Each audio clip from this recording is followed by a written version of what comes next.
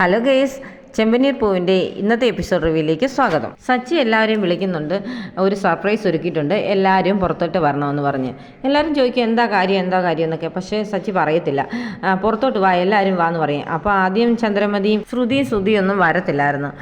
അച്ഛനോട് സച്ചി പറയുന്നുണ്ട്, അച്ഛൻ വാ, എന്നിട്ട് എല്ലാവരും വിളിച്ചുകൊണ്ട് വാച്ചാന്ന്. അപ്പം രവീന്ദ്രൻ വിളിക്കും എല്ലാവരെയും വാ എന്ന് പറഞ്ഞ്. അങ്ങനെ എല്ലാവരും പുറത്തേക്ക് വരുമ്പോൾ ആ റോഡ് സൈഡിലാണ് ഒരു കവറിട്ട് മൂടിയിരിക്കുന്ന എന്തോ കാണിക്കുന്നുണ്ട്. എല്ലാവരും വന്ന് നിന്നെന്നറിയുമ്പോഴത്തേന് സച്ചി കൂട്ടുകാരോട് പറയുന്നുണ്ട് ആ കവർ അങ്ങ് മാറ്റിയേക്കാൻ.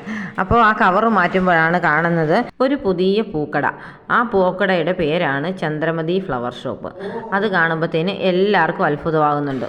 രേവതിയുടെ അമ്മയും ആങ്ങളെ അനിയത്തി എല്ലാം വന്നിട്ടുണ്ടായിരുന്നു. എല്ലാവർക്കും സന്തോഷമാകുന്നുണ്ട്. രേവതിക്കാണെങ്കിൽ വലിയൊരു സർപ്രൈസ് കിട്ടിയ സന്തോഷത്തിലാണ്.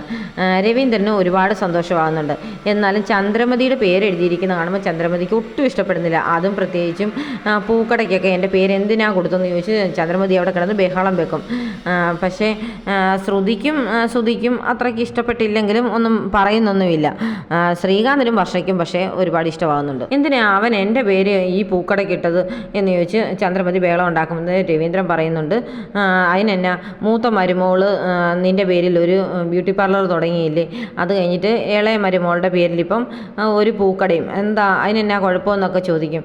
എന്നാലും വേണ്ടായിരുന്നു, എൻ്റെ പേര് വേണ്ടായിരുന്നു എന്ന് പറഞ്ഞ് ചന്ദ്രമതി അവിടെ കിടന്ന് ബഹളം വെക്കും. ശ്രീകാന്ത് വർഷയോട് പറയുന്നുണ്ട്, എന്തായാലും സച്ചിയേട്ടൻ ഇങ്ങനൊരു പൂക്കട തുടങ്ങിയത് നന്നായി അല്ലേ എന്നൊക്കെ. അപ്പോൾ വർഷ പറയും, ഈ പൂക്കടയ്ക്ക് പിന്നിൽ എന്തോ ഒരു രഹസ്യമുണ്ട്, അല്ലാതിപ്പം സച്ചി ഇങ്ങനൊരു പൂക്കട തുടങ്ങാൻ വഴിയില്ലല്ലോ എന്ന് പറയും. സച്ചി അപ്പോൾ എല്ലാവരോടും പറയും, ഈ കടയുടെ ഉദ്ഘാടനം നടത്തുന്നത് അച്ഛനോ അമ്മയോ അല്ല, വേറെ ഒരാളാണെന്ന് പറയും. അപ്പോൾ എല്ലാവരും ചോദിക്കുന്നുണ്ട് അത് ആരാന്ന്.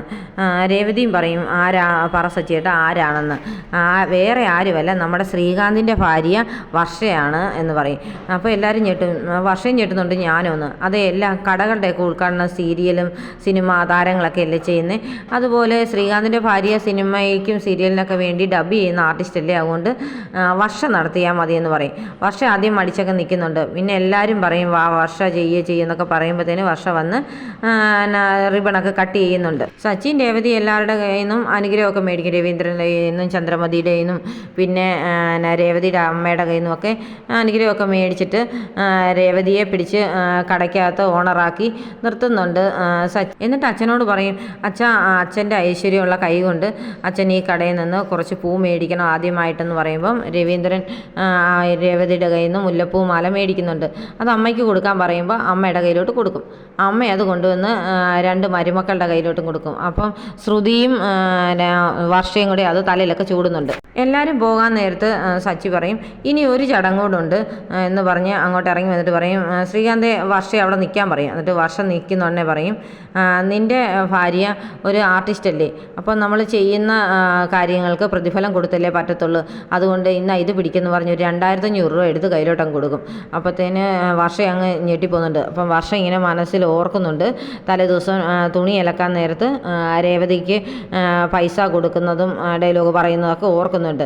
അതിന് പകരമായിട്ട് സച്ചി ഇന്ന് ഈ 2500 രൂപ നാട മുറിച്ചതിന് കൊടുക്കുകയാണ്. എന്നിട്ട് സച്ചിയുടെ ഒരു നിപ്പൊക്കെ ഉണ്ട്, അത് അടിപൊളിയാണ്. പക്ഷേ ശ്രീകാന്തിന് ഇതൊന്നും അറിയത്തില്ലാത്തതുകൊണ്ട് ശ്രീകാന്ത് പറയും, വർഷ നീ മേടിച്ചോ എന്നൊക്കെ പറയും. അന്നേരം വർഷ അവസാനം ഒരു വഴിയില്ലാണ്ട് അതങ്ങ് മേടിച്ചിട്ട് ദേഷ്യപ്പെട്ട് വീട്ടിലോട്ട് അങ്ങ് കയറിപ്പോവും.